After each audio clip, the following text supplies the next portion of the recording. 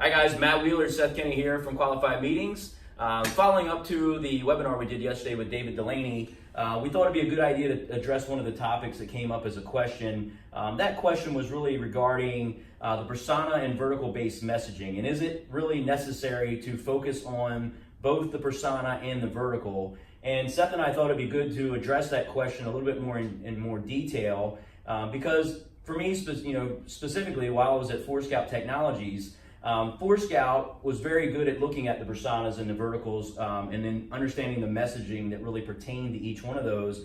And for us, when we reached out to a CISO, we understand that persona, what kept them up at night, what was really critical to them to solve their business challenges, but then we also did align it to a vertical. So in an oil and gas industry, that persona had different challenges than they would in the healthcare industry. So in not every case it's necessary to go out and build a message around the persona and vertical, but there we did. And Seth and I wanted to go into that a little bit more in detail and then kind of discuss at a high level, how you guys can solve some of those challenges yourself.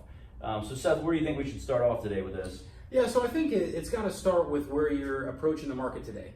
Do you have your ideal customer profile dialed in? Do you know what your ideal customer profile is and that spectrum of leads that you're going to go after, and how your solution can really facilitate one of those folks to want to pick up the phone and talk with you? So I think that's the good starting point. That's a good starting point to kind of start the discussion. Obviously what we do, and we spoke about this in our webinar series, which obviously you can find there on David Delaney's channel, but really we spoke about how you're going to start a campaign off, the way that you're going to go out and do the research, build your campaign, your ideal customer profile, and some of those pieces. But we really didn't get a chance to dig deep into it. So I think one thing worth illustrating is obviously as a company, and Matt, you can chime in here, but we work with each of our customers on this from day one. So we help to come into the environment, really dial that in, make sure we know what we're going to go after, define that go-to-market strategy, and then we build everything custom on the back end to make sure that that's aligning to those goals and pains, needs, etc.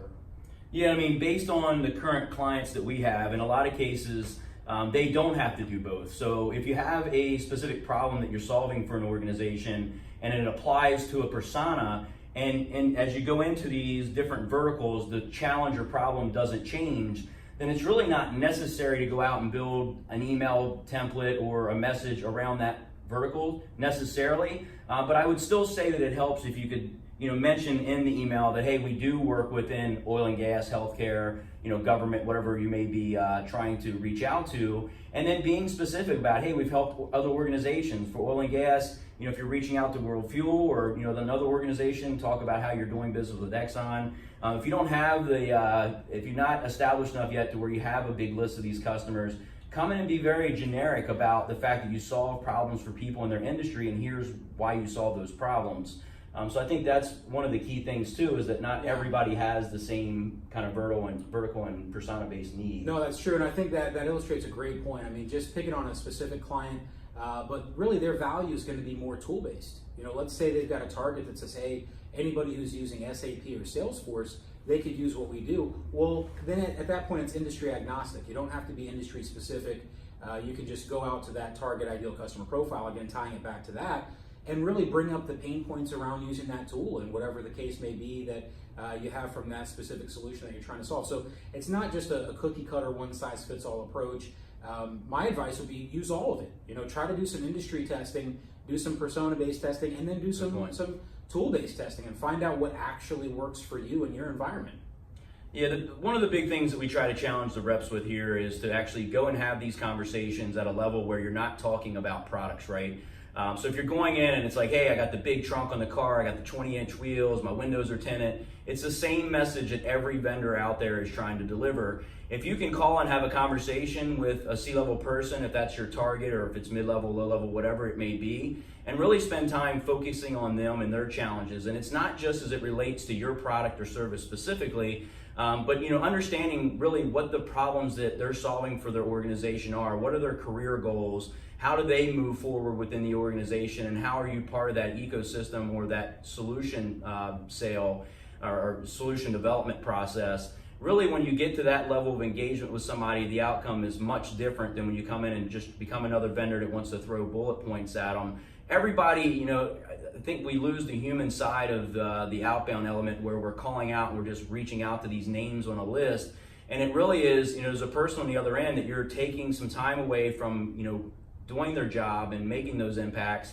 So when you call in, it's just about really knowing what that person cares about, what the problems are they have in the organization, and really think about where you rank stack within that, that problem solve. So maybe there's bigger problems in the organizations. You need to be aware of that. And you're a nice to have product, that's fine. Go in with that consideration and say, hey, we know you have these other challenges. Get to know their business. And where do we fall within that? Where are your priorities? When is a good time for us to really evaluate how we solve very specific problems for folks like you?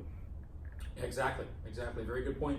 And again, it's one of those where when you're coming into it, try to split test as much as you can. Try to test your environment. Find out, is it industry? Is it vertical? Is it persona based? What's going to perform best? And then you use that moving forward. And always continue to split test that message as you refine it, as you develop it. But certainly to Matt's point, stay away from feature benefit dumping. I mean, that's not going to help anybody. Try to focus more on the problems that you solve. Try to focus on the needs that persona, your ideal customer profile, is facing, and really try to illuminate that. Because at the end of the day, we all want to become that trusted advisor and get to a point where we can give solid advice, rather that be with our solution or not. That's how you really go out and build a name for yourself. So guys, this is, again, Matt Wheeler, Qualified Meetings. We are going to start doing a series of socializing some of the things that we work on here.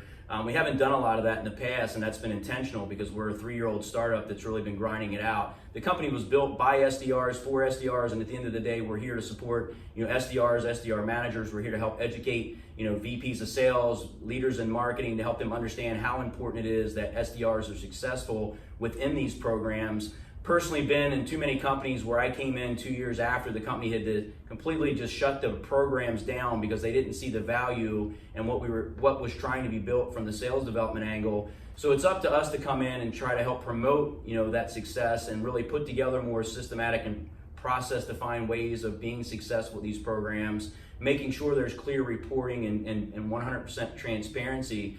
So that the SDRs keep their job in the organization, not only keep the job, but keep expanding, their career path, and these programs grow to make companies ultimately more successful and get revenue.